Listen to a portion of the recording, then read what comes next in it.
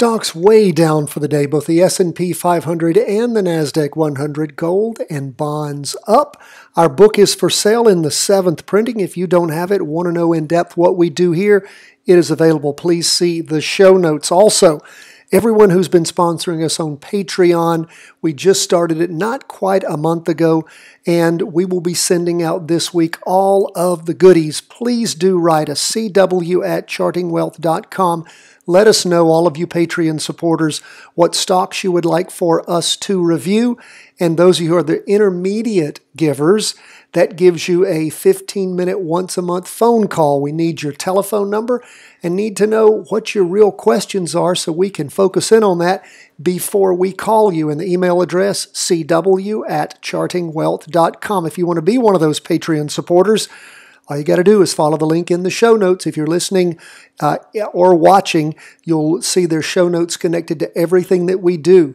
And please do look at those. You can see links if you want to get the free stock charts paid version, TC2000. We give you $25 off there. You'll see the PDFs for the daily market, weekly market, and trade worksheets. Everything we have is all there for you, and we do appreciate the book buyers and the Patreon supporters. Okay, now let's jump into these charts. Remember, we saw the market rock over heading down starting on the week ending the 12th of October. Went down 4 strong weeks. We made excellent inverse trades that whole time in SH. Sierra Hotel, that is the short of the S&P 500. Single short, they're double and triple shorts, but we want to keep it simple. That's when we talk about down plays or inverse trades. That's what we mean. You can be a little more sophisticated these days with all the ETF offerings. We want you to practice that.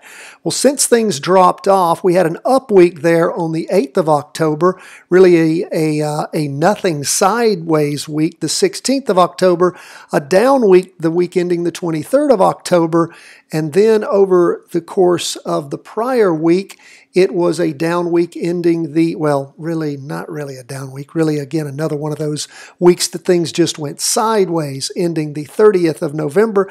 And then this past week ending the 7th of December, again was a lot of indecision, tending up is the way that the candle drew. Now, our Heikin-Ashi candlesticks tell us one thing, but we always balance all the information against what we're really seeing with our prime indicator, and that is the price percent oscillator. It had been heading up a little bit in the prior week and really dumped over this past week. Derivative oscillators still losing downward momentum, so the market is in flux, still tending down. All things being equal, the market moves in the direction of the largest chart. So we have to look at all this information together, sort it, and make intelligent decisions, all the charts, all the time. So the first chart we see is the weekly, tending down with that price percent oscillator rocking over. But again, some pressure up is in the derivative oscillator and the candles. So then we go from the weekly to the 2-day. Let's keep paying attention to what we're seeing. Last 3 days, it's the first day of the latest 2-day candle. So we see that over the last 3 days, market really rocking down, trying to cross over, going down on the 2-day chart, which is great because that, if indeed this candle closes on Monday, because that's when it will finish drawing, it's a 2-day candle. If it finishes drawing on Monday down, what does that mean to us? Well, of course, that means to us that we have a confirmed down move on the 2-day, which then opens things up for another set of down trades. So we'll just wait and see. If you notice where the chart settled out, they're still well above the low point on the candles back on the 26th. So again, got room to move to even just get down to where it had been before. And now we go into the closest look we have. That's the 4-hour chart. Things really peaked out there back on the morning of December the 3rd, sideways for another day, and then started really hammering down on the in the afternoon on the 4th of December, sliding sideways the afternoon and morning of the 7th, and then really down in the afternoon. Price movements below that weekly trend line. So again, let's watch and see what we see happen over the course of this next week. We may have the ability to jump into another down trade because the market is tending down. All that being said, we'll leave the S&P 500, go to the Nasdaq 100 as depicted by QQQ. Now on the weekly chart there, things really peaked out, I guess, during the doji week of ending the 5th of October, hammered down for 4 weeks, sideways for a week, down for 2 weeks. And over the last 2 weeks, indecision. But this week, again, is a somewhat indecision. Nothing like the prior week. It is a green open box candle, big wicks on top and bottom. But it has pushed through the weekly trend line. And again, that's what the candle looks like for us. Now, when we go from the candle to the price percent oscillator, we can see that it's flipped over, derivative oscillator losing downward momentum. So again, some things weighing on the market. And again, a bigger up movement in the Nasdaq 100 than we saw, of course, in the S&P 500. So we'll continue to keep all those things in mind as we delve a little deeper and look at the 2-day chart. We can see the last 3 days down after peaking on the 4th, recently peaking on the 4th of December. That 2-day candle has pushed through the 2-day trend line, not as close to crossing over as on the S&P 500. Derivative oscillator still positive, so quite positive. So we'll continue to watch, see what we see. Down 0.33% for the day, so the biggest down that we've had in a while. And what do we see going on? Down in the morning, further down in the afternoon. Things crossed over, going down right there in the afternoon on the 6th. So again, strong down movement. Again, waiting to see if that 2-day chart rotates over in the same direction as the weekly before we can think about a trade here. But that's also possible this next week. If you're filling out your trader's journal, note all those important things down.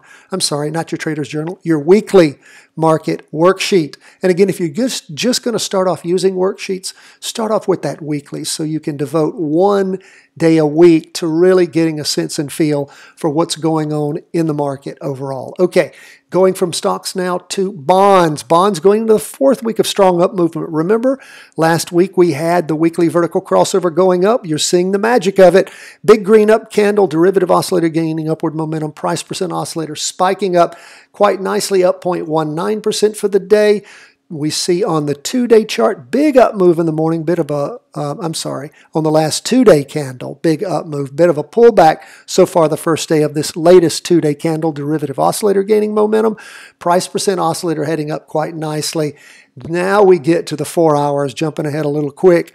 That 4 hour peaked out on the 6th and then sort of sideways with some up movement toward the end of the day. So keep your eye on that 4 hour chart if you rode that up movement, which was quite nice. Now, things could be digesting and getting ready to move up, but again, be ready to pull that plug with the dropping off of the derivative oscillator and that price percent oscillator still heading up, somewhat struggling in these 2 prior down candles, particularly the one in the morning, but again, recovered some in the afternoon. So watch, keep your eye on things.